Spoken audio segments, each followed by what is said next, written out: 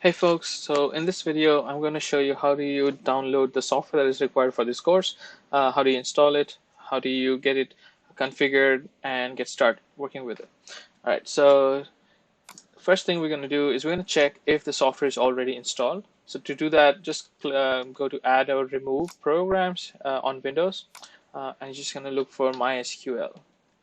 So if there is, the software is already installed, you will need to uninstall the software. Just click on the buttons that come up here, and then just click the uninstall button then to remove the software.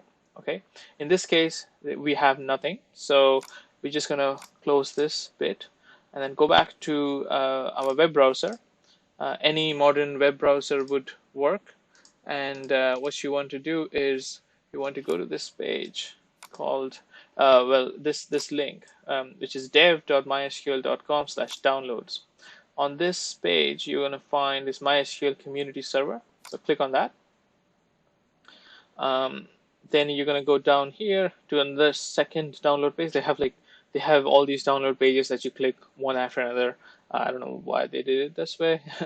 But you click on this page, and now you go to this other link.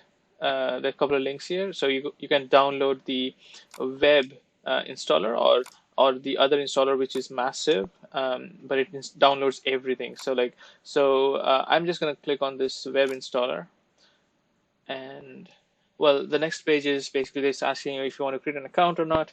I'm gonna say no. If you do create an account, they send you a bunch of things that you don't really, I don't find it any useful. So what you're going to do then is you're going to just click on this setup file, and then you get this UAC box, user access control. Make sure you are signed in as administrator, or you at least have an administrative password for your computer. Then you're going to just say yes to this. Then again, ask you a second time, and then it says that optional MySQL installer upgrade available. Just say yes to this as well.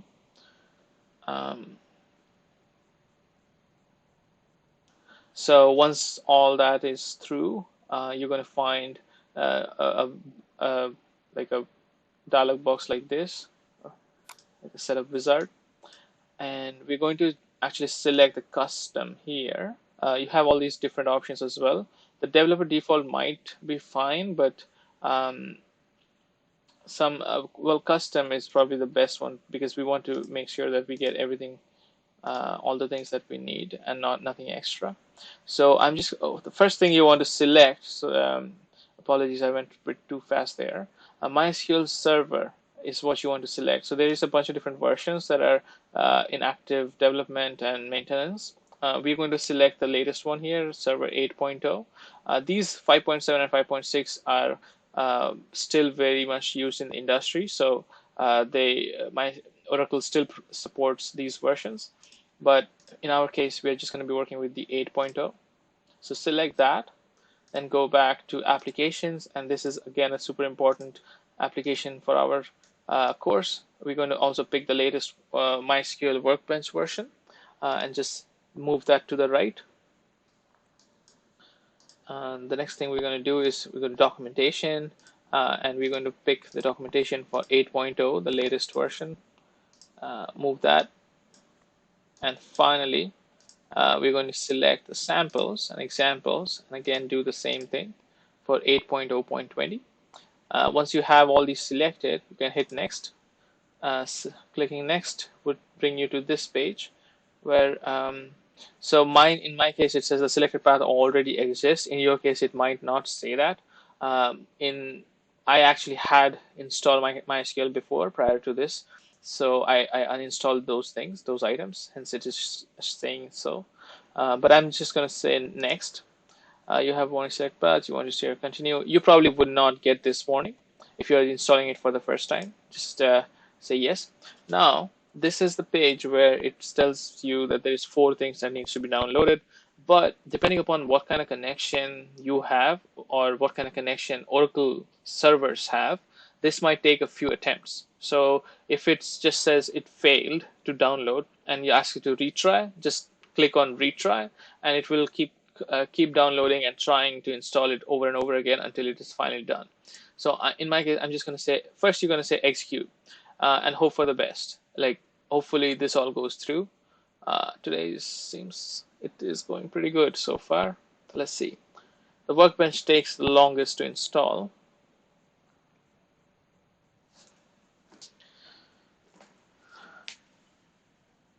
It might take a couple of minutes here. I don't want to pause this because I want you to see the whole process. All right, perfect. So today is my lucky day. It went through. So sometimes you might say, you get like under notes, you might find like try again and just click on that button and it will go and pull that software again from the web servers and download it and put it in your computer. Anyway, so we are looking good here. I'm just gonna click next. And now it says that it's ready to configure the server as well as the examples. Okay, cool. So when I click next to this one, this window will, like, a new one will come up, this one. So this is fine. It's like a nested window underneath. So in this here, we are saying your installer is asking you, do you want to run it as a cluster or do you want to run it as a standalone? So in our case, we just want to run it standalone. We are learning very basic SQL right now. Okay, now there's a little problem here. The port number is saying that the specified port is already in use. So in your case, you probably might not have this issue. Your 3306 is the default port. But in my case, I'm just going to change this to 3307 and use a different port.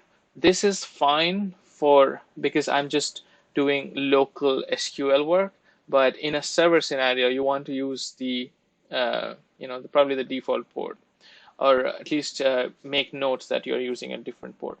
Anyways, in your installation case, most likely your port is still available, so you might be able to use 3306, which is perfect. If it allows you to install use 3306, do not change it to 3307. All right, so I'm just going to click next. Use strong encryption for authentication, or use a legacy.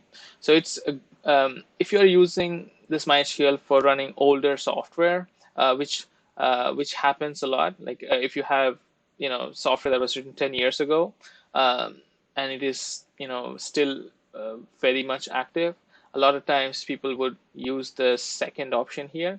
But in our case, we are starting fresh, so we are going to use this strong encryption for authentication. All right, cool. Next.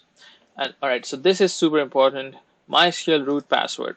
This is a password that you're going to you're going to need when you go do any administrative tasks with the MySQL server.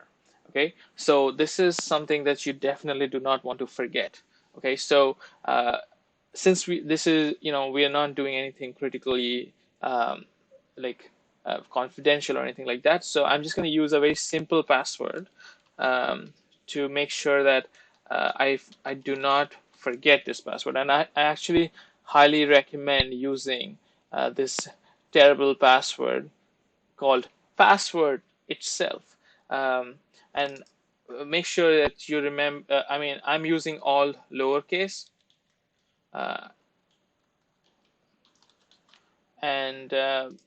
so all lowercase password for password. Okay, I'm just doing this so that I do not forget. I recommend you guys to do the same thing, so that at least in a few weeks time, if you forget the password, you come back, you watch the video, and you know that it was this very basic and hacker friendly password. Okay, so let's see, configure MySQL server. So you want to leave this as is. This is fine. Run Windows service, and this is totally fine. And just hit next. Now it's going to say that we're going to do all these things. So let's say hit execute, and it's going to go through all those configuration settings. Once done, you can hit finish, Now we're going to hit next, and you notice that MySQL Server 8.0 is done, configuration complete. The next one is the samples. So here you're going to just say you're going to just type the password that you entered just then. In my case, it's password lowercase p. I'm just going to hit check. It says connection successful. Everything looks good. Perfect. Next. Now we are going to say, yeah, so these configurations now going to take effect when you hit execute. Running scripts. It takes a second and we are done. Hit finish. So that configuration is also complete. We're going to hit next. Now it's going to say start MySQL Workbench after setup. So that's perfect. Now we can get started. I'll leave this check marks checked and hit finish so that it loads up the workbench for me. And in a moment, yes, there we go. So this is our workbench. Before we get into it, I'm just gonna hit right click on this workbench and say pin to taskbar. Okay, so we're going to need this often. I'm going to move this a little bit further on the left. I can close this, and now I'm going to go back to my search, and you will notice that there are these items popped up. Okay, one is MySQL Workbench 8.0 CE for Community Edition, and there's a couple more. Okay, so this is the command line client, and the next one is the command line client Unicode. Okay, so we are going to also use this command line client Unicode for a few things. So what I want you to do is right click on this guy and say pin to start. Okay, so when you do that, you will not pin to start, unpin. Just say more and pin to taskbar. Okay, there we go. So this is our command line for that. Now let's just go ahead and click on this, and now it is asking for the root's password. So I'm going to enter password, and as soon as you do that, you are already in MySQL command line, and you can now start running SQL queries here. So the first query that you can try running is show databases, and hit provide a semicolon and hit enter. So it will just list all the various databases that are present in the DBMS. Okay, now we can just say exit. When you say exit and hit enter, the command line goes away. So now you are ready to work with MySQL. One other piece of software that you're going to require is the Sublime Text. So just search for Sublime Text and click on the first link that pops up. And it's a very simple download installer, so I won't go through this with you guys. Just you're going to click on download for Windows, hit this this button, next, and you just go ahead and go through this installation. I already have Sublime Text installed, so I'm not going to do this, but you go ahead and perform the installation. All right, Sublime Text will be used if you want to look inside an SQL script. That's where this will be most useful, because it has syntax highlighting and a few other things which are pretty cool. All right, with that, I think I'm gonna end this video. If you have any problems, please contact your instructor.